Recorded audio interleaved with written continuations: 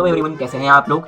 इस लेक्चर में हम लोग जानने वाले हैं स्ट्रक्चर ऑर्गेनाइजेशन इन एनिमल्स की बेसिकली इंट्रोडक्शन पार्ट और एपिथेलियम टिश्यू की भी सिंपल एपिथेलियम टिश्यू तक कंपाउंड एपिथेलियम नेक्स्ट वीडियो में हम लोग बना देंगे। उसके बेसिकली उसका कुछ ज्यादा है खास उसमें इंफॉर्मेशन नहीं है, लेकिन सिंपल एपिथेलियम तक हम बनाने वाले हैं और कंपाउंड एपिथेलियम नेक्स्ट वीडियो में आ जाएगा। उसके आगे फर्दर भी हम लोग कंटिन्यू करेंगे। सबसे पहले सिंपल एपिथेलियम तक डिस्कस करेंगे। तो पहले समझो स्ट्रक्चर ऑर्गेनाइजेशन इन एनिमल्स। इसमें हम लोग को पढ़ना क्या रहता है, इसमें हम लोग को पढ़ना रहता है टिश्यू के बारे में।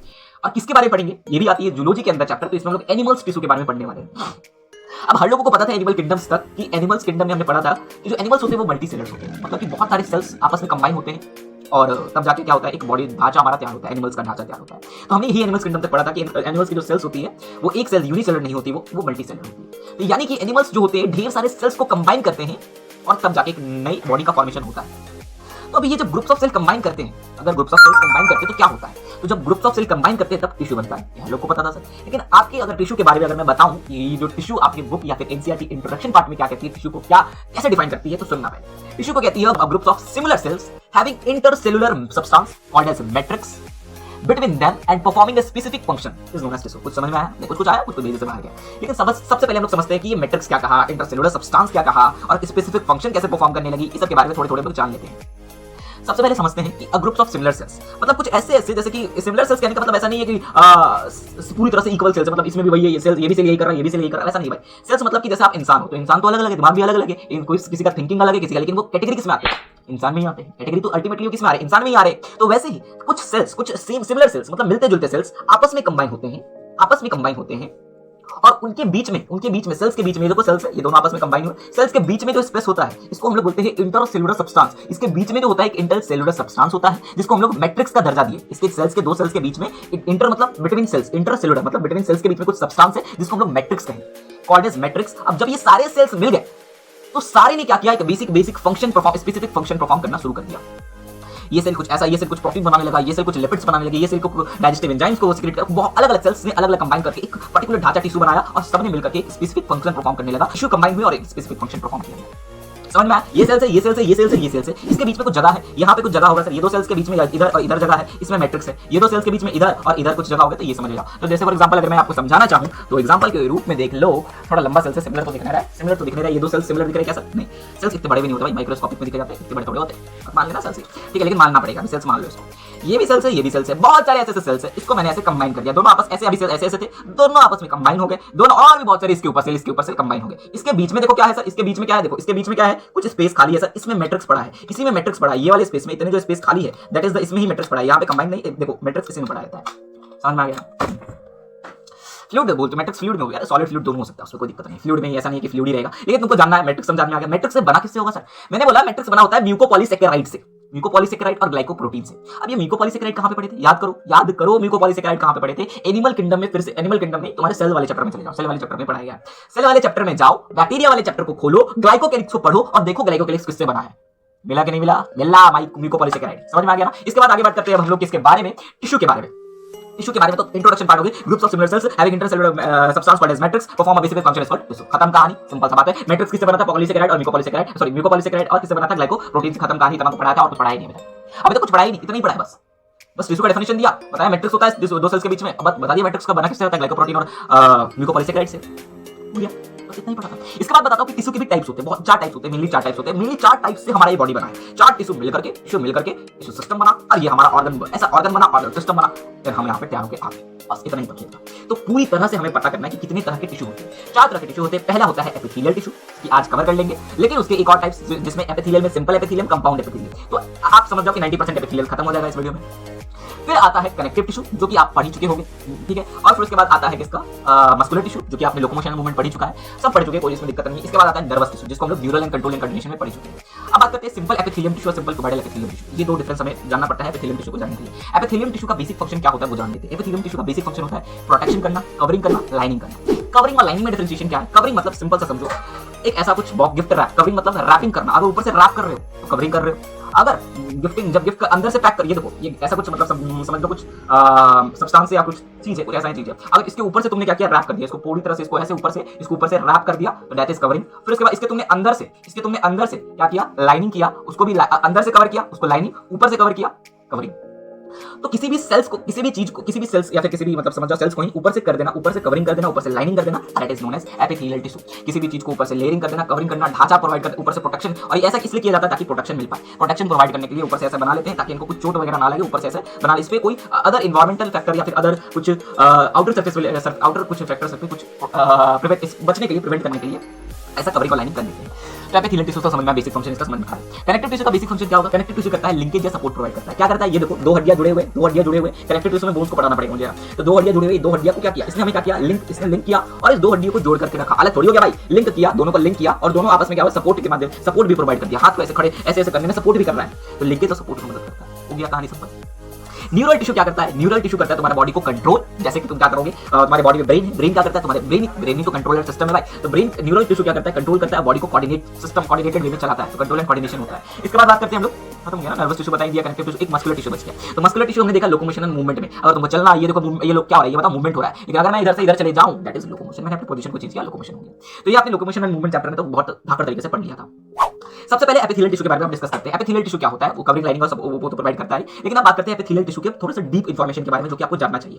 एपिथेलियल टिश्यू क्या करता है? कवरिंग, लाइनिंग, प्रोटेक्शन प्रोवाइड करता है। एपिथेलियल टिश्यू कैसा दिखता है, किस तरह से है, उसी बेसिस पे इनकी क्लासिफिकेशन भी हो चुकी है एपिथेलियल टिश्यू की। तो अगर एपिथेलियल टिश्यू की क्लासिफिकेशन के बारे में बात करोगे तो ये क्लासिफिकेशन दो तरह से होते हैं, एक सिंपल एपिथेलियम और एक होता है कंपाउंड एपिथेलियम।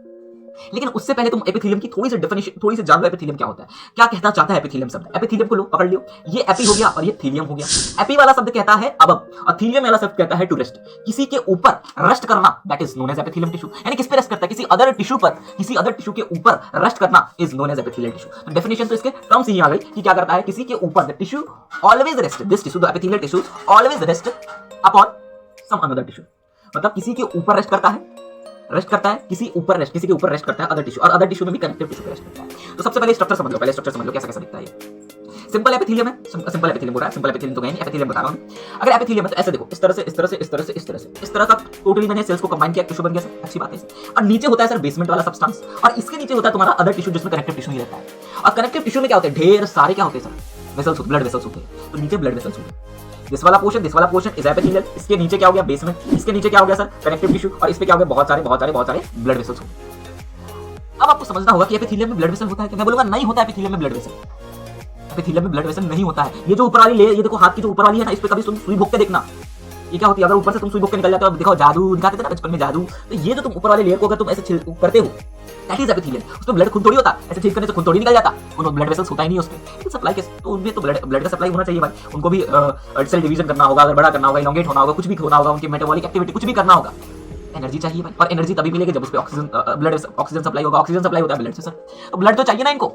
मैंने बोला ना यार, ब्लड तो चाहिए, लेकिन कैसे चाहिए? ये है एपिथेलियम, इसके नीचे बेसमेंट है, इसके नीचे कनेक्टिव, इसके नीचे कितने सारे ब्लड है, बहुत सारे ब्लड है। ये ब्लड ऐसी थोड़ी पड़े हैं, ये ब्लड बोलेंगे भाई तेरे को ब्लड चाहिए, अलग तेरे को दे दिया बस, डिफ्यूजन की मदद से। अरे भाई तू यहाँ है, तेरे को पानी चाहिए होगा, तू फेंकी थोड़ी करेगा, तू यहाँ पे रहेगा, इतनी दूरी, अगर दूरी बहुत ज्यादा है तो तू फेंकेगा इसको और इससे पकड़ेगा, तब जाके होगा। तब इसको चाहिए कुछ माध्यम चाहिए, तब भाई तू यहाँ है, तू फेंकेगा थोड़ी, तो बोले इसको हाथ में दे देगा, थमा देगा, खत्म। तो डिफ्यूजन की मदद से काम खत्म हो जाता है, ब्लड सप्लाई, न्यूरल सप्लाई हो जाता है डिफ्यूजन की मदद से। डन कर ले भाई, सही है। तो इसमें समझ में आया सर। तो ये वाला होता है सर, और उसके ऊपर जो ये वाला पोर्शन दिख रहा है, तो अगर ये एपिथेलियल टिश्यू है तो दिस वाला पोर्शन इज एपिकल पार्ट, ऊपर वाले पार्ट को एपिकल पार्ट कहते हैं। डन है सर, तो ये समझ में आ गया। तो अब बात करते हैं कुछ सेल्स आइदर फेस। अब ये तो देखो, अगर ये सेल्स है, ये एपिथेलियल टिश्यू के सेल्स है, तो सेल्स आइदर फेस आउटर और environment, cell either face outer environment और बॉडी फ्लूइड। कैसे सर? अगर मान के चलो ये टिश्यू है, टिश्यू अगर बाहर की तरफ है, यहाँ पे टिश्यू है, तो इन्वायरमेंट की तरफ है सर, आउटर इसका सरफेस किस पे, इन्वायरमेंट की तरफ। अगर टिश्यू अंदर है, बॉडी के अंदर है, तो उसके आउटर सरफेस क्या होंगे, फ्लूइड होंगे सर। अरे भाई फ्लूइड होगा ना, ब्लड होगा, और क्या हो सकता है, कुछ नहीं होगा, ब्लड ही होगा। तो आउटर सरफेस अगर है तो उसके आउटर सरफेस पे इन्वायरमेंट से फेस कर सकता है, या फिर ऊपर वाले जो सरफेस होते हैं इन्वायरमेंट से फेस कर सकता है, या फिर फ्लूइड से फेस कर सकता है। अब बताता हूं तुमको बेसिकली एनसीईआरटी क्या कहती है। बेसिकली एनसीईआरटी कहती है जो एपिथेलियम है ये वास्कुलर है, और इनकी जो न्यूरल सप्लाई होती है वो सिंपल डिफ्यूजन से हो जाती है, और हाईएस्ट रीजनरेशन होता है। इसको तुम अभी अगर तुम्हारा चमड़ा यहाँ से थोड़ा सा चमड़ा, अगर कभी क्या होता है ना, ठंडे के सीजन में या फिर गर्मी के सीजन में कभी चमड़े क्या होते हैं, मतलब यहाँ से निकलने लगता है, ऐसे चमड़ा निकलने लगता है, किसी के हाथ में तो बहुत ज्यादा निकल जाते हैं, तो वो क्या होते हैं फिर समय के साथ साथ फिर वो ऐसे ही हो जाते हैं, सॉफ्ट एकदम हो गए, मस्त हो गया सर। तो इनके रीजनरेशन मतलब कि फिर से बन जाना, फिर से अगर ये फट जाते हैं तो फिर से रीजनरेशन हो जाता है। तो रीजनरेशन पावर इसमें हाईएस्ट होता है, हाईएस्ट रीजनरेशन पावर होता है। समझ में आया? डन कर लो, इतना समझ में आया तो अब बात करते हैं एवास्कुलर बताया ना, एब्सेंट होते हैं वास्कुलर, मतलब एब्सेंट होते हैं इसमें ब्लड वेसल, इसलिए इसको एवास्कुलर कहा क्योंकि इसमें ब्लड वेसल होते ही नहीं है, सिंपल डिफ्यूजन की मदद से इनको ब्लड मिल जाता है। अब बात करते हैं एपिथेलियम टिश्यू की जो मैट्रिक्स होती है उसके बारे में, तभी से मैंने मैट्रिक्स भी कहा था कि दो सेल के बीच में क्या होता है, मैट्रिक्स होते हैं। तो इसमें मैट्रिक्स कैसे होते हैं sir? Epithelium tissue has compactly packed cell, मतलब पूरी तरह से पैक्ड होते हैं, आपस में पूरी तरह से एकदम जुड़े हुए रहते हैं। तो इसमें ना के बराबर क्या होती है, मैट्रिक्स होती है, बहुत लेस मैट्रिक्स होती है, लेस मैट्रिक्स होती है। अगर देखो मैट्रिक्स ज्यादा चाहिए, दो सेल्स को दूरी बनाओ, जितने ज्यादा दो सेल्स दूरी होंगे, जिनके इनके बीच में जो इंटरसेलुलर डिस्टेंस है वो जितना ज्यादा दूर होगा उतना इनमें मैट्रिक्स दिखेगा, जितना ये कंपैक्टली पैक्ड होंगे उतना कम मैट्रिक्स दिखेगा। तो एपिथेलियम कम में जो सेल्स होते हैं वो कंपैक्टली पैक्ड होते हैं, तो इसलिए यहाँ पे लेस मैट्रिक्स दिखता है। ये बात याद रखना। समझ में आया? इतना समझ में आया? एपिथेलियम टिश्यू इंट्रोडक्शन बस ये समझ में आया। रिकॉल करें क्या क्या पढ़े। पहले वाले में टिश्यू के बारे में, टिश्यू के बारे में सिंपल बात है कि सिमिलर सेल्स कंबाइन होते हैं, सिमिलर सेल्स कंबाइन होने के कारण उनमें क्या होती है, दो सेल्स के बीच में क्या होती है, मैट्रिक्स होती है। मैट्रिक्स क्या होती है सर? मैट्रिक्स क्या होती है, इंटरसेलुलर सब्सटेंस होती है, दो सेल्स के बीच में जो सब्सटेंस होती है उसको मैट्रिक्स कहते हैं। और इसी को हम लोग अगर बेसिक फंक्शन दोनों मिल और दोनों बहुत सारे सेल्स मिल जाते हैं, बेसिक फंक्शन परफॉर्म करने लगते हैं। समझ में आया?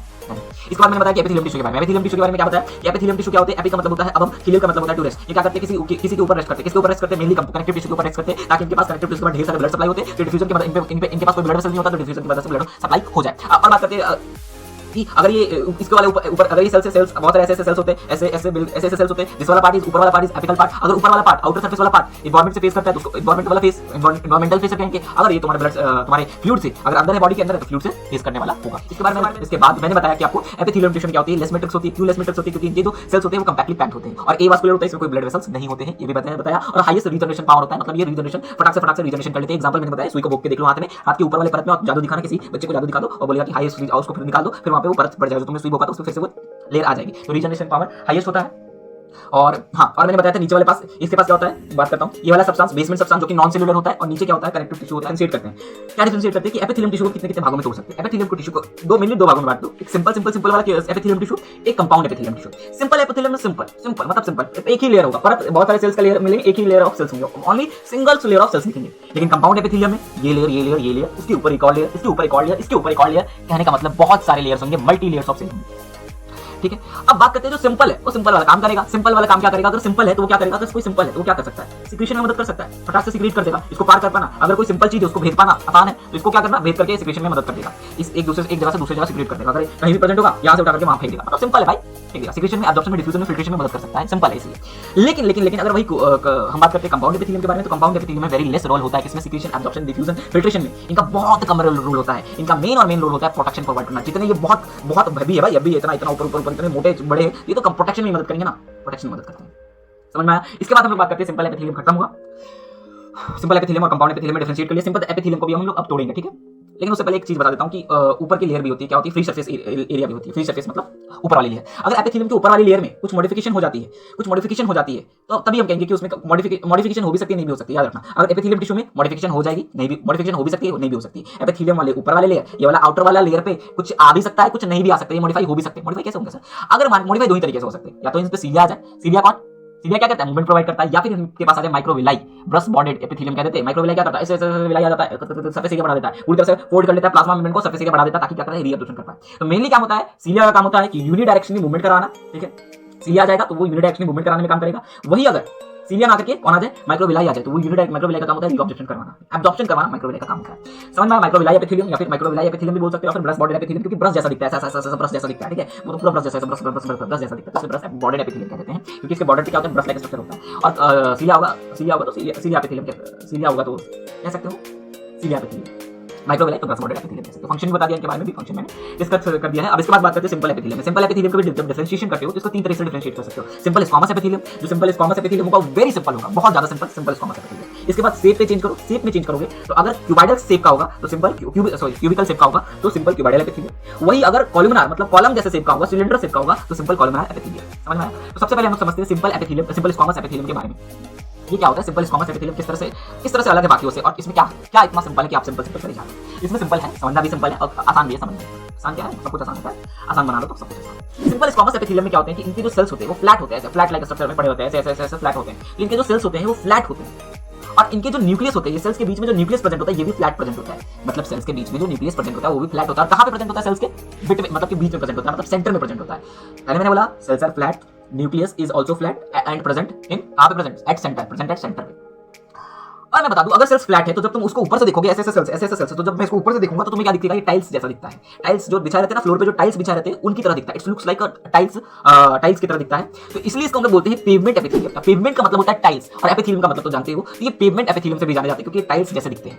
और इनके टाइल्स ऐसा नहीं है कि टाइल्स की तरह दिखते हैं तो टाइल्स जैसा कॉमन टाइल्स लगा देते हैं, टाइल्स दो टाइल्स टाइल्स क्या होते हैं, सिमिलर होते हैं। तो इसमें क्या होते हैं, बाउंड्री भी क्या होती है, सिमिलर ऐसे टाइल्स लगाना इस तरह से, ट्रायंगल शेप में, ट्रायंगल शेप में, ट्रायंगल शेप में, तो ट्रायंगल शेप में निकलेगा, ट्रायंगल शेप में होगा बाउंड्री इसका। तो लेकिन इनकी बाउंड्री ऐसे नहीं होती, ऐसे होते हैं। अगर ये ऐसा शेप का है तो इसको कंबाइन करने के लिए ऐसा शेप होगा, तो इररेगुलर बाउंड्री होती है, इररेगुलर बाउंड्री होती है। मैं अगर आपको दिखाना चाहूँ तो आप देख लेंगे इररेगुलर बाउंड्री कैसी होती है। ये देखो, हाँ ये इररेगुलर बाउंड्री देखो, अगर दिख रही होगी, हाँ हाँ ये देखो, यहाँ पे मैं बताना चाह रहा हूँ क्या इररेगुलर बाउंड्री है। देखो सबसे पहले ये वाला तुमको दिख रहा है ऐसे ऐसे ऐसे ऐसे ऐसा, लेकिन ये वाला कैसा ऐसे ऐसे ऐसा, मतलब इररेगुलर बाउंड्री। बाउंड्री इसकी फिक्स नहीं है कि ऐसा ही रहेगा। ये देखो, ये ऐसा शेप का है, सेमी सर्कुलर शेप का है, तो एक ऐसा ट्रायंगुलर शेप का है, तो ऐसा हो सकता है। सेमी सर्कुलर शेप का, ट्रायंगुलर शेप का, अलग अलग है और अलग अलग, मतलब इसमें इररेगुलर बाउंड्री। तो इररेगुलर बाउंड्री के कारण इसको हम लोग बोलते हैं टेसलेटेड एपिथेलियम। टेसलेटेड का मतलब होता है इररेगुलर बाउंड्री। इनके फ्री सरफेस होंगे क्या, आपने बोला था कि सर फ्री सरफेस हो सकते हैं, अगर एपिथेलियम है तो फ्री सरफेस होगा। तो इस एपिथेलियम में, सिंपल स्क्वामस एपिथेलियम में कोई भी, यार सिंपल है, कोई सिंपल है, नो मॉडिफिकेशन, कोई मॉडिफिकेशन होता ही नहीं है। इनका फंक्शन क्या है भाई, सिंपल स्क्वामस एपिथेलियम में तो फिल्ट्रेशन करा देगा।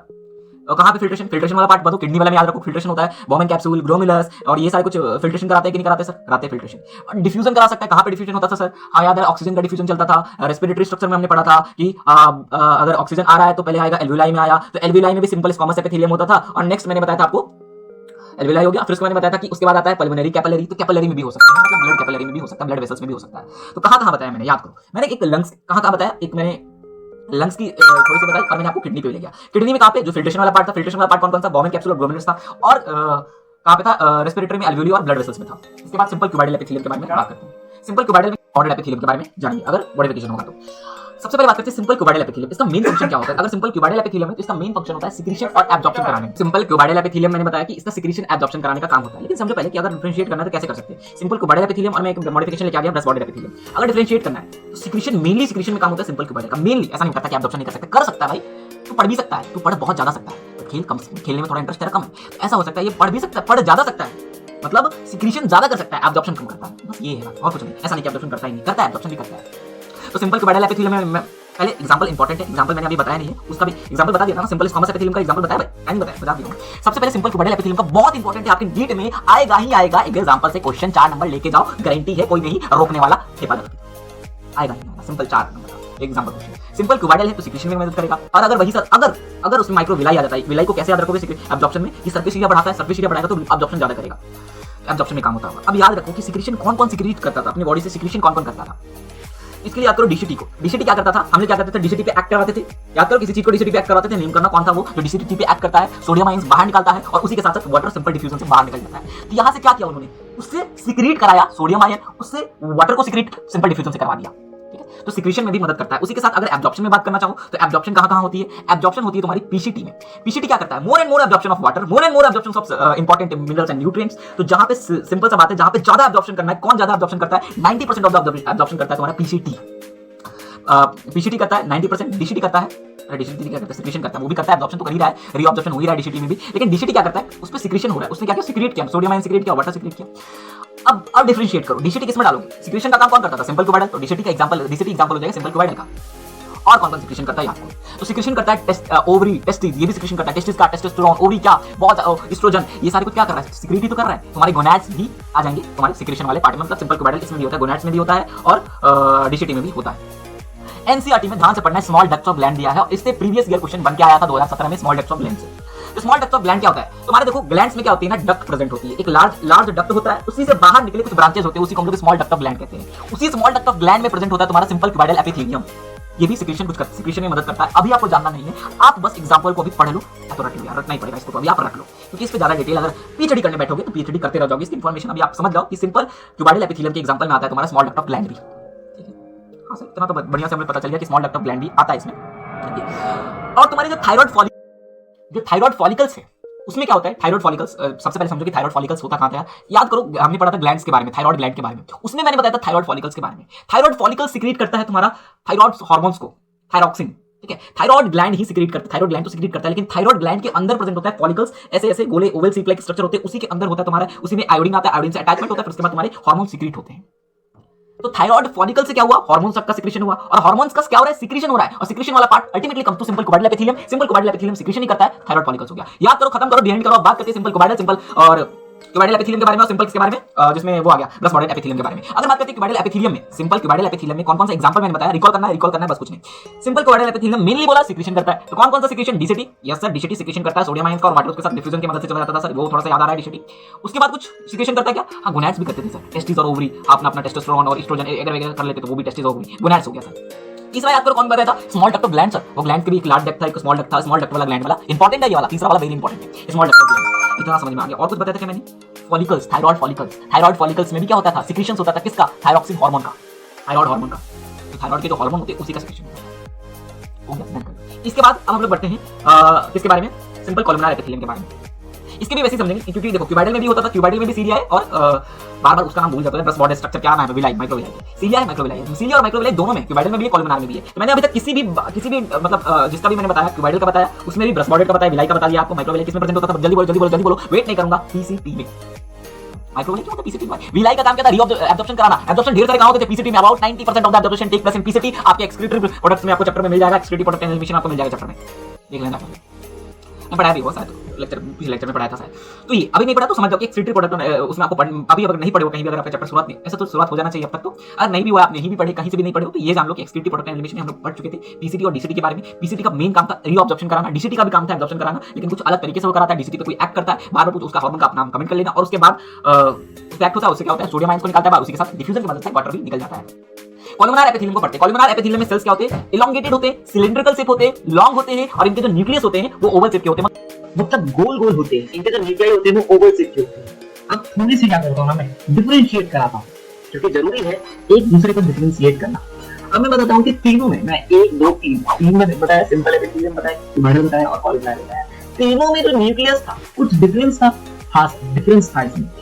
पहला जो सिंपल मैंने बताया था, सिंपल स्क्वामस एपिथेलियम, उनके जो न्यूक्लियस होते हैं वो फ्लैट होते हैं और सेंटर पे होते हैं। दूसरा मैंने बताया था simple cuboidal epithelium, simple cuboidal epithelium के ओवल होते हैं और सेंटर पे होते हैं, अच्छी बात है। लेकिन तीसरा जो मैं बता रहा हूं कोलुमनार एपिथेलियम, इनकी भी शेप ओवल ही होते हैं जैसे क्यूबाइडल के, बट इनके जो न्यूक्लियस होते हैं वो बेस पे होते हैं। जैसा कि आपको फिगर में दिख रहा होगा, इनके जो न्यूक्लियस है वो बेस में, यहाँ पे नीचे बेस में पड़ा हुआ है, और कितने लंबे लंबे देखो, बहुत लंबे लंबे लंबे लंबे। तो टॉल है, शेप क्या है, टॉल है, सिलेंडर शेप का दिख रहा है सर, और इलोंगेटेड तो है, टॉल शेप इलोंगेटेड है, और पूरी तरह से न्यूक्लियस क्या है, ओवल शेप का है, और बेस पे प्रेजेंट है। कहानी सिंपल है, शेप में, और इससे ज्यादा कुछ आपसे पूछेगा नहीं, इससे ज्यादा नीचे से बाहर आ नहीं सकता शेप में। आगे बताओ। अब ये समझ में आ गया कि सिंपल क्यूबाइडल एपिथेलियम या फिर सिंपल क्या कह सकते हैं हम लोग, कोलुमनार एपिथेलियम का शेप के बारे में तो समझ में आ गया। इसके बाद हमें जानना पड़ेगा इसके कुछ टाइप्स के बारे में। तो इसके 2 टाइप्स होते हैं, हालांकि 2 टाइप्स कहना ठीक नहीं रहेगा, क्योंकि देखो टाइप्स तो इनके एक ही है कि सिंपल क्यूबाइडल एपिथेलियम है, सिंपल क्यूबाइडल, लेकिन हम इनकी बताए थे ना फ्री सरफेस में मॉडिफिकेशन कर देते हैं। इनके फ्री सरफेस में मॉडिफिकेशन होने के कारण इनको अलग अलग नाम दे देते हैं। एक सिंपल वाला बात सिंपल कोलुमनार एपिथेलियम, अगर उस पे सीलिया आ गया तो सीलिएटेड कोलुमनार एपिथेलियम, अगर उस पे माइक्रोविलाई या फिर ब्रस्ट बॉडेड आ गया तो माइक्रोविलाई या ब्रस्ट बॉडेड कोलुमनार एपिथेलियम, इस तरह से। तो मैंने बताया था कि सीलिया का तो हम लोग अलग से पढ़ने वाले, सिंपल स्क्वामस में तो कोई मॉडिफिकेशन था नहीं, सिंपल क्यूबाइडल में मॉडिफिकेशन, क्यूबाइडल एपिथेलियम में मॉडिफिकेशन कर दिया था, किसका सीलिया का कर दिया था, तो सीलिया का आगे पढ़ लेंगे। वैसे ही कोलुमनार एपिथेलियम में भी सीलिया का मॉडिफिकेशन हुआ है, तो उसको आगे पढ़ने वाले। लेकिन हमने एक सिंपल क्यूबाइडल एपिथेलियम में जो पढ़ा था, उसके साथ ही साथ हमने burst bonded epithelium, burst bonded cuboidal epithelium भी पढ़ चुका था। लेकिन इस वाले में भी हम लोग यही करने वाले हैं, लेकिन बोल दिया इसमें भी वही सेम करने वाले हैं। तो कोलुमनार एपिथेलियम को समझ लेते हैं कि सिंपल कोलुमनार एपिथेलियम क्या होता है, उसके साथ ब्रस्ट बॉडेड एपिथेलियम में कौन-कौन से आते हैं एग्जांपल के साथ, क्योंकि एनसीईआरटी जो आपके एनसीईआरटी बोल रहा हूं, जो नीट में आने वाला क्वेश्चन है वो एग्जांपल से ही आता है। तो एग्जांपल बहुत ज्यादा इंपॉर्टेंट है। लास्ट में आपको मतलब सेशन के लास्ट होंगे, उसमें आपको नीट प्रीवियस ईयर क्वेश्चंस भी कराऊंगा, प्लस उससे पहले आपको क्या मिलने वाला है, जो इंपॉर्टेंट क्वेश्चंस मतलब कहां से बन सकते हैं उसको हम लोग रिकैपिटुलेट करेंगे एग्जांपल के साथ, क्योंकि एग्जांपल से क्वेश्चन बनेगा, एग्जांपल से नाम है, ठीक है। बस हम लोग कहां पे थे, हम लोग कोलुमनार एपिथेलियम में। तो कोलुमनार एपिथेलियम को सिंपल वाले में, तो एक कोलुमनार एपिथेलियम को देखते हैं, तब उसका एग्जांपल कहां पे, कोलुमनार एपिथेलियम है। बस मतलब एक बेस पकड़ो कि कोलुमनार एपिथेलियम अगर माइंड में डालना चाहिए तो कहां दिखता है। तो मैं बोलूंगा जीआई ट्रैक्ट अपन देख, जीआई ट्रैक्ट और एलिमेंट्री कैनाल में, जितने एलिमेंट्री कैनाल आ रहे हैं सब में, ठीक है, एलिमेंट्री कैनाल में, यानी कि किसमें, गैस्ट्रो इंटरवास्कुलर सिस्टम में, ठीक है, गैस्ट्रो इंटेस्टाइनल ट्रैक्ट से ले जाया, तो इंट्रोवेस्कुलर हो गया था वो दूसरे वाले का, गैस्ट्रो इंटेस्टाइनल ट्रैक्ट में आपको मिलता है। ये समझना है। फंक्शन क्या है सर इसका? फंक्शन कुछ नहीं है, इनका भी फंक्शन सेपरेशन एंड अब्जॉर्प्शन। तो इनको बनाया क्यों गया? इनको बनाया गया देखो जैसे अगर देखो, अगर मुझे पेंटिंग करवानी है तो मैं किसको लूंगा बताओ? पेंटिंग करानी हो तो किसको लूंगा? जिसको पेंटिंग आती है या जिसको नहीं आती है उसको लूंगा। जिसको पेंटिंग करानी आती है उसको लूंगा। सेम बात है भाई। आदमी कोई भी, अब बोलो कि आदमी को लेना है पेंटिंग कराना, तो जानवर को तो लूंगा नहीं, आदमी को भी लूंगा। तो आदमी में भी किसको लूंगा? तो वैसे ही काम तो आदमी तो हर कोई काम कर सकता है, पेंटिंग तो हर कोई कर सकता है, लेकिन सिक्रीशन एंड ऑब्जर्प्शन जो बोल रहा हूँ, इसका जो बता रहा हूँ सिक्रीशन ऑब्जर्प्शन, ये वही कर सकता है जहाँ पे बहुत ज्यादा स्पेस हो। अगर स्पेस कम होगा उसको भेज दो क्यूबाइडल को, भेज दो। क्यूबाइडल किस लिए पढ़ा है? क्यूबाइडल छोटे छोटे cone like structure, cube like structure है, छोटे छोटे क्यूब लाइक स्ट्रक्चर से पड़ा हुआ है, उसको भेज दो। इतने लंबे लंबे को क्यों भेजोगे? छोटे छोटे जगह इसको क्यों भेजोगे? जगह हटा भी नहीं पाएगा, एक जाएगा घुस जाएगा, उसमें फंस के रह जाएगा। समझ रहे हो बात? कहने का मतलब यही है, जगह कम है तो इसको जगह ज्यादा चाहिए, और जगह ज्यादा है ही नहीं तो उसको डालेंगे, ठीक है? तो जगह जहाँ पे जगह ज्यादा का जरूरत है वही जगह करता है। तो इससे ये समझ सकते हो कि इसका पोजीशन तुमको पता चल सकता है। जहाँ लंबे लंबे ट्यूब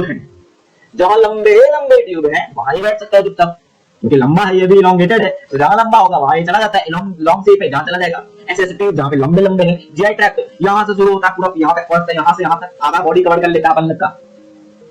तो ये समझ लो कि जहाँ लंबे पार्ट है वहां पे, इसलिए जीआई ट्रैक्ट में आता है। और उसका मैंने क्या बताया था? अरे भाई नेफ्रॉन कितना छोटा होता है, माइक्रोस्कोप में भी खोल के देखोगे ना तब दिखता है नेफ्रॉन। तो नेफ्रॉन का भी कौन से वाले पार्ट में? डीसीटी ट्यूब में, पीसीटी में, ये सारे कुछ में वो काम कर रहा था। वो कहां पे काम कर रहा था? डीसीटी में, पीसीटी में, थायराइड फॉलिकल्स में। थायराइड ग्लैंड को झांक करके देखोगे तब थायराइड फॉलिकल्स दिखता है। उसमें दिख रहा था तुम्हें बड़े बड़े एलिमेंट्री कैनाल में, ये उसमें तो उसका कोई फंक्शन ही नहीं था। स्मॉल डक्ट ऑफ ग्लैंड में, लार्ज डक्ट ऑफ ग्लैंड में भी नहीं भाई। स्मॉल डक्ट ऑफ ग्लैंड, इतना बड़ा लार्ज डक्ट ऑफ ग्लैंड पड़ा है, उसमें भी नहीं। ग्लैंड को छाना, लार्ज डक्ट ऑफ ग्लैंड दिखा, ग्लैंड ऑफ डक्ट को भी छाना, हमें स्मॉल डक्ट ऑफ ग्लैंड दिखा, छोटे छोटे डक्ट ऑफ ग्लैंड दिखा। इसमें प्रेजेंट है, यानी कि छोटा छोटा वॉल्यूम, छोटा छोटे स्पेस में ही वो रह सकता है। बड़े स्पेस में है, बड़े स्पेस में तो फादर पड़ा है ना यार, फादर के सामने नीचे रहेगा ना, ठीक है? ये फादर देखो ऐसे याद करनी, मतलब ऐसे ही समझने के लिए बता दे रहा हूँ कि तुम समझ सकते हो कि cuboidal is the son of columnar. Cuboidal epithelium is the son of, son बोलते हैं या सन बोलते हैं, son of columnar epithelium. Sunny बोलते हैं, अंग्रेजी में थोड़ी दिक्कत होती है, सन कोलुमिनार। समझ में आ गया ना क्यों जीआई ट्रैक्ट में होता है? अब मैंने थोड़ा सा डिफरेंट, मैंने बोला कि उसको तो डिफरेंशिएट किया था सिंपल क्यूबाइडल और ब्रश बॉर्डेड। इसको डिफरेंशिएट करता हूं सिंपल कोलुमिनार और ब्रश बॉर्डेड कोलुमिनार एपिथेलियम। समझो, सिंपल कोलुमिनार एपिथेलियम, इसका एग्जांपल, बस एग्जांपल और कुछ नहीं, बाकी शेप वगैरह सब कुछ सेम है। बस डिफरेंस क्या है, उसमें सिंपल सिंपल रहेगा और एक में डाल दो गोला ब्रश बॉर्डेड, वही वाला ब्रश बॉर्डेड कौन सा, कौन कर लेता है? सब ब्रश स्ट्रक्चर बनाएगा, कौन करेगा? बोलो कौन बनाता है? माइक्रोविलाई। तो माइक्रोविलाई बोला पढ़ लेंगे अलग से और इसका अलग से पढ़ेंगे। तो सबसे पहले पढ़ते हैं इसका एग्जांपल क्या है। एग्जांपल कुछ नहीं, सिंपल सा स्टमक है, बोले का टाइलेट का मतलब का बस स्टमक की एग्जांपल है। पेट में चले जाओ, पेट में तुमको मिल जाएगा ये, वो तो सिंपल कोलुमिनार एपिथेलियम पेट में रहता है। मैंने बोला जीआई ट्रैक्ट में रहता है। कोलुमिनार एपिथेलियम को अगर तुमको पकड़ना है तो जीआई ट्रैक्ट को ढूंढोगे तो मिल जाएगा, जीआई ट्रैक्ट में कहीं चले जाना मिल जाएगा तुमको। लेकिन अगर सिंपल कोलुमिनार एपिथेलियम को बस तुमको देखना है तो जीआई ट्रैक्ट की भी स्टमक में चलेगा, स्टमक में जाओगे तो मिल जाएगा ये तुमको। स्टमक में क्यों रहता है सिंपल कोलुमिनार एपिथेलियम? क्या ये तो आपने बोला कि सिक्रीशन कराता है। सिंपल अगर सिंपल वाला है तो सिक्रीशन करा देता है। आपने क्यूबाइडल में पढ़ाया था, हमने सिंपल क्यूबाइडल को बोल दिया कि ऐसे याद करो कि मोस्टली सिक्रीशन कराते हैं। क्या ये भी सिंपल? अगर मैं आपने बोला कि सिटी में बिल्कुल, तो मैंने बोला हां सेम है, कोई दिक्कत नहीं, कोई गलत नहीं है, सेम है। कौन बोलता है गलत है? सिंपल कोलुमिनार एपिथेलियम सिक्रीशन ही मोस्टली कराता है। हां सर, मोस्टली सिक्रीशन कराता है। तो क्या स्टमक में क्या सिक्रीशन होता है? अरे बचपन से पढ़ते आ रहे, 10th में पढ़ा था, 9th में नहीं पढ़ा था, 10th में पढ़ा था हम लोग। HCl hydrochloric acid stomach secrete करता है ताकि इसलिए नेचर बनाता है और डाइजेस्ट करता है खुद को स्टमक में। तो HCl, पेप्सिन, म्यूकस, ये सब कहां पे रहता है? स्टमक में तो रहता है। कौन सिक्रेट करेगा? स्टमक में तो सिक्रेशन होगा। कैसे होगा? सब सिक्रेशन में हेल्प कर रहा है, ये कर देता होगा सिक्रेशन में हेल्प। तो सिंपल कोलुमिनार एपिथेलियम स्टमक में रहता है, HCl के सिक्रेशन में मदद करता है। जान HCl सिक्रेशन याद करना है क्या? ये HCl के सिक्रेशन में इतना पूछेगा नहीं पूछेगा भाई, तुमको ये पूछेगा कि, लेकिन पता होता है, बेसिक नॉलेज है। अगर जिसको बायोलॉजी में नहीं आता ना वो भी बोलता है कि HCl होता है हमारी बॉडी में, भाई ये सभी होता है, नेचर में HCl होता है स्टमक में, ये सबको पता होता है। तो आई थिंक पता होना चाहिए, नहीं पता है कोई दिक्कत नहीं, आज पता हो गया होगा। तो सिंपल कोलुमिनार एपिथेलियम HCl सिक्रेट होता है, इसमें HCl सिक्रेशन होता है, तो सिक्रेशन में मदद कर ही रहा है, तो वो भी स्टमक में चला गया। अब बताओ ना सर कि क्यूबाइडल में आपने बोला था कि अगर ब्रश बॉर्डेड स्ट्रक्चर है, विलाई नाम का है, तो अब्जॉर्प्शन में कराता है मदद। यहाँ पे अब्जॉर्प्शन कहाँ पे होगा? मैंने बोला इंटेस्टाइन, स्मॉल इंटेस्टाइन में विलाई नाम का चीज प्रेजेंट होता है, इनर वॉल में। हां भाई, inner wall of the stomach में तो विलाई प्रेजेंट होता है। वो क्या करता है सर? विलाई अब्जॉर्प्शन करता है, जितना तुमने खाना खाया पचने के बाद जो छोटे छोटे माइक्रो मॉलिक्यूल्स हो गए, बहुत छोटे छोटे मॉलिक्यूल्स हो गए, उसको एब्जॉर्प्शन कहाँ होती है, यूटिलाइजेशन कहाँ होगी, यही तो करता है क्या इंटेस्टाइन में, विलाइन ऑफ द चीनी तो करता है, जो साइंस में बना करके एब्जॉर्प्शन करता है, पहुंचाता है फिर आगे, एब्जॉर्प्शन करता है पहुंचाता है आगे, फिर एब्जॉर्प्शन करता है पहुंचाता है आगे, फिर एक काम चलते रहता है ऐसा। चलो क्या है, इंटेस्टाइन हो जाएगा। और कुछ एग्जांपल है क्या, मैंने बोला एग्जांपल है गॉबलेट से, मैंने बोला गॉबलेट सेल तो आपने कहीं पढ़ाया था, म्यूकस प्रोड्यूसिंग गॉबलेट सेल, गीला गीला करके रखने के लिए मदद करता था सर, और ऐसे उसको रखने के लिए मतलब म्यूकस करना था, जैसे सीरियल मतलब एक माइक्रोवेव कहीं ना कहीं तो ये भी था। मैंने बोला हाँ तुम बिल्कुल सही हो, आर कहीं नहीं बाबू, बिल्कुल यही था।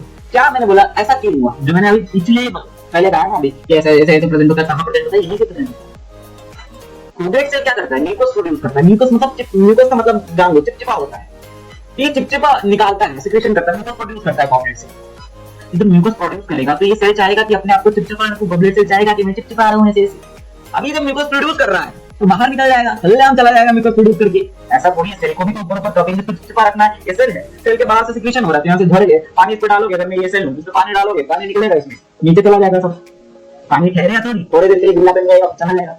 इसको हर टाइम चिपचिपा रखता कैसे सर, इसमें बना देता है वेनी लाइक स्ट्रक्चर, ऐसे रजिस्टिंग लाइक स्ट्रक्चर, जिसके अंदर तुम क्या करता है, जगह बना देता है, यहाँ पे रह जाओ, इसके ऐसे जगह बना देगा, इसके अंदर बोलेगा का जीन, आप यहाँ पे रह जाइए, चिपचिपा कैसे रहेंगे, यहाँ पे आप जगह बना देता है, ऐसे ऐसे जगह बना देता है, इसके अंदर रहने के लिए जगह बना देता है, इसलिए इसमें रहता है म्यूकस गॉबलेट सेल में। ठीक है, क्या बोला, सिंपल सा बात, सिंपल कॉलमनार एपिथेलियम में, सिंपल कॉलमनार एपिथेलियम है, स्टमक सर HCl सिक्रेशन होता है। आपने बोला था जीआई ट्रैक्ट याद कर लेना, स्टमक में चले जाओगे तो जीआई सिक्रेशन में मदद करता है सिंपल वाले सर। और अगर बात करूं सिलिएटेड में सर, सिलिएटेड को म्यूकस प्रोड्यूसिंग तो था, गॉबलेट सेल तो था ही सर, एक और आपने बताया था इंटेस्टाइन एब्जॉर्प्शन कराने में, हो गया डन। इसके बाद आगे मैं बताता हूं आपको, अब डिफरेंशिएट करता हूं। ये आपने जो क्यूबाइडल का सिलिएटेड पढ़ा, सिलिएटेड एपिथेलियम बहुत इंपॉर्टेंट है, नीट एनसीईआरटी नीट का previous year question 3-4 mark question यहां से पूछता है, जो अभी 4 मार्क्स लेके जाने वाले हैं, पढ़ लोगे, ध्यान से पढ़ना, ध्यान से समझना क्या।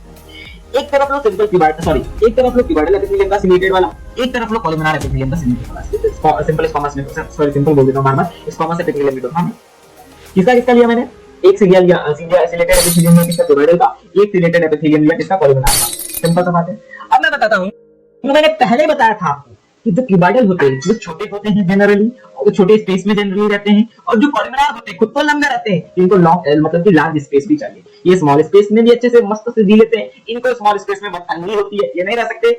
देखो इधर मैं बता रहा हूं क्यूबाइडल, और इधर मैं बताया कॉलमनार, लंबे वाले, ये लंबे वाले लॉन्ग में रहते हैं, स्मॉल इनको लार्ज शेप चाहिए, भाई तेरे लिए बना जगह बनाएंगे तब तुमको रखेंगे, इनको बिना जगह के भी रहेंगे, मतलब बिना जगह के थोड़ी ऐसा थोड़ी, लेकिन ये बिना जगह के मतलब स्मॉल स्पेस में।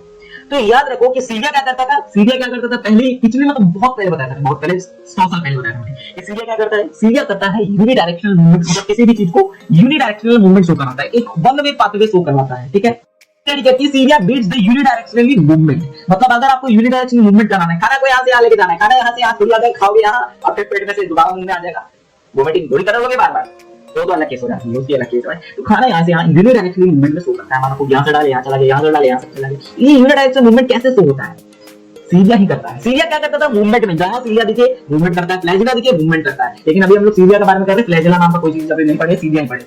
तो सीरिया क्या करता है, मूवमेंट में हेल्प कराता है, और कहां मूवमेंट, ऑक्सीजन को लिए मूवमेंट कहां तक हुआ सर, पहले यहाँ पे गया ऑक्सीजन लिए, ट्रैकिया से पूरे होते सर एल्वेलाई में गया, एल्वेलाई से तुम्हारे कैपिलरीज में, फिर ब्लड निकला, तो इस तरह से। तो पहले तुम्हारा क्या गया, ट्रैकिया में गया, ट्रैकिया से किसके पास गया सर, यहाँ पे लंग्स है, तो लंग्स में क्या क्या है सर, ब्रोंकालियस है, तो कौन से वाले ब्रोंकियल्स में जाता है, ये याद रखना कौन से ब्रोंकियल्स में प्रेजेंट होता है तुम्हारा सीरिया, क्योंकि ताकि मूवमेंट कराता है आगे, ये स्मॉल ब्रोंकियल्स में कन्वर्ट होता है, छोटे ब्रोंकियल्स में, बड़े ब्रोंकियल्स में तो वही रहेगा, बड़े लार्ज ब्रोंकियल्स में वही रहता है, छोटे वाले ब्रोंकियल्स में ये रहता है। ब्रोंकाई नहीं कहा, ब्रोंकाई तो लंबा है भाई, उसके लिए छोटे-छोटे थोड़ी इसको डाल दो, इतने छोटे-छोटे इन लोग को क्या करोगे, क्यूबाइडल को, क्यूबाइडल छोटा है, स्मॉल ब्रोंकियल्स, बस ध्यान रखना छोटा है क्यूबाइडल, स्मॉल ब्रोंकियल्स, से ज्यादा कुछ पढ़ना ही नहीं है, बस इतना दिमाग खोल के रखो, क्यूबाइडल छोटा है और कॉलमनार बड़ा है, तो इसके लिए बड़ा, तो कॉलमनार में कौन हो जाएगा, इसका उल्टा बड़ा लार्ज ब्रोंकियल्स चला जाएगा, और कौन-कौन सा हो जाता है कॉलमनार में, तुम्हारा लार्ज फेलोपियन ट्यूब बहुत लंबा होता है, फेलोपियन ट्यूब कैसा होता है, ऐसा होता है, और उसके ऐसे मतलब रेक्टेंगुलर शेप का होता है, और फिर ऐसे निकला होता है, फिर तो इतने लंबे होते हैं फेलोपियन ट्यूब, तो लंबे वाले स्ट्रक्चर में ये सब यही रहेगा सर, कॉलमनार एपिथेलियम रहता है, तो फेलोपियन ट्यूब हो गया, और लार्ज मेरे को बोल टंग स्लिप हो गया भाई, कौन सा लार्ज ब्रोंकियोलस में रहता है। एक एनसीईआरटी भी कहती है कि वेंट्रिकल्स ऑफ ब्रेन, अब ये वेंट्रिकल्स ऑफ ब्रेन कैसा है पता है आपको, ब्रेन में जो जगह खाली होती है जिसमें भरा होता है तुम्हारा स्पाइनल फ्लूइड, सीएसएफ फ्लूइड भरा रहता है, तो सीएसएफ फ्लूइड को हम लोग वेंट्रिकल ऑफ ब्रेन कहते हैं। तो हम लोग वेंट्रिकल ऑफ ब्रेन कहते हैं। वेंट्रिकल ऑफ ब्रेन में क्या रहता है, वेंट्रिकल ऑफ ब्रेन में जो उसको मूवमेंट पूरी जगह क्या आता है, सीएसएफ है, तो सीएसएफ को भी तो मूवमेंट ब्रेन में हर जगह कराना है। ऐसा थोड़ी कि यहाँ सीएसएफ है यानी चाहिए, तो हर जगह मूवमेंट है। यूनिडायरेक्शनली कौन करेगा, सीलिया वेट करेगा।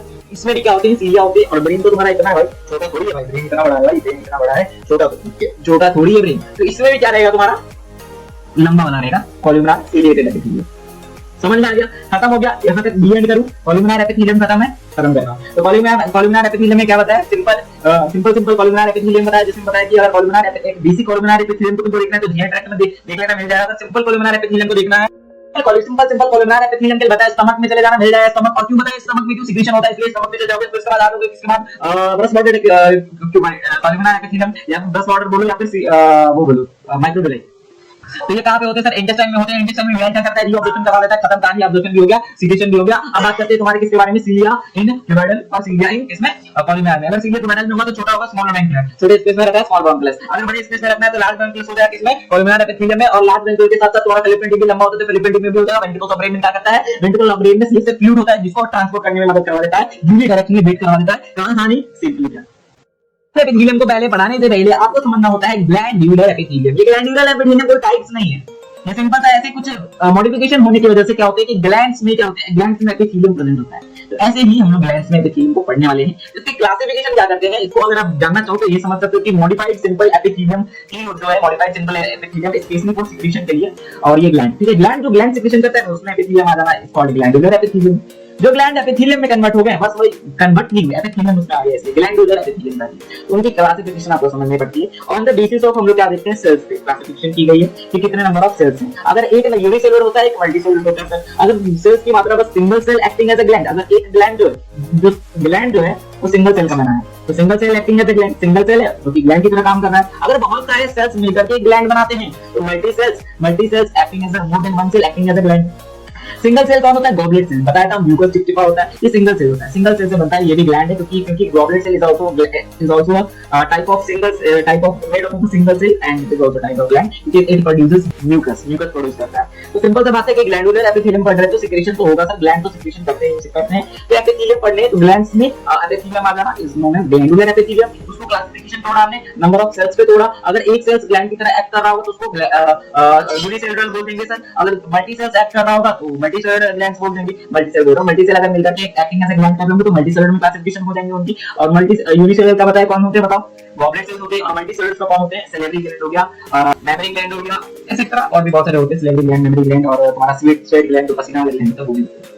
इसके बाद ऑन द बेसिस इसके और क्लासिफिकेशन और तोड़ना चाहो तो और तोड़ सकते हैं, जैसे ग्लैंडुलर एपिथेलियम को, ग्लैंडुलर एपिथेलियम को मोड ऑफ सिक्रेशन से भी तोड़ सकते हो कि कैसा उनका मोड ऑफ सिक्रेशन होता है। वो ट्यूब की मदद से सिक्रेशन करते हैं या ट्यूबलेस सिक्रेशन होता है। वो ट्यूबलेस होते हैं, किसी के ब्लड में कोड हो जाते हैं, तब जाके ब्लड उनको सिक्रेशन करवाने के लिए ब्लड के ट्रांसपोर्ट से मदद से वो सिक्रेशन होते हैं अपने टारगेट पॉइंट पे, या फिर दोनों मिक्स होते हैं, या तो ट्यूब से करते हैं या तो ट्यूबलेस, दोनों होते हैं। जो ट्यूब की मदद से करेंगे उसको हम लोग एक्सोक्राइन बोलते हैं, जो ट्यूब की मदद से नहीं करेंगे यानी ट्यूबलेस होते हैं उनको एंडोक्राइन बोलते हैं, जो कि आपने डिटेल में पढ़ा था एंडोक्राइन ग्लैंड के बारे में, केमिकल कोऑर्डिनेशन में। नहीं पढ़ा है तो जाके पढ़ लेना। और एक्सोक्राइन बहुत इंपॉर्टेंट चैप्टर है, बहुत क्वेश्चंस आते हैं उससे। और हेटेरोक्राइन ग्लैंड जो कि मिक्स ग्लैंड होते हैं, जो दो की तरह काम करते हैं। एग्जांपल्स इसके याद रखने, थोड़े मोड़े एग्जांपल देख लो। एंडोक्राइन ग्लैंड के बहुत सारे एग्जांपल है, पिट्यूटरी, हाइपोथैलेमस, थैलेमस, थाइमस और बहुत सारे ग्लैंड है, तो उसके बारे में तुमको पता है। एंडोक्राइन ग्लैंड के बारे में ढेरों लिख दो, बहुत सारे। एक्सोक्राइन में बता देता हूँ, एक होता है तुम्हारा सेलेब्री ग्लैंड जो क्या करता है, सिक्रेट सलाइवा। एक होता है स्वेट ग्लैंड जो क्या सिक्रेट करता है, तुम्हारा पसीना, that is called as sweat. और एक होता है तुम्हारा सेलेब्री ग्लैंड, बता दिया, जो सलाइवा, सेलेब्री ग्लैंड नहीं बताया, सेलेब्री ग्लैंड होता है जो सलाइवा सिक्रेट करता है। स्वेट ग्लैंड होता है जो कि तुम्हारा स्वेट सिक्रेट करता है। मेमरी ग्लैंड जो होता है मिल्क प्रोड्यूसिंग होता है। और तुम्हारा एक होता है सेबेशियस ग्लैंड, ठीक है, आपको इनसे नीचे आपको दिख रहा है, नाम दिख रहा है आपको, सेबेशियस ग्लैंड जो क्या करता है, तुम्हारा सिक्रेट करता है ऑयल्स को तुम्हारे स्किन में से।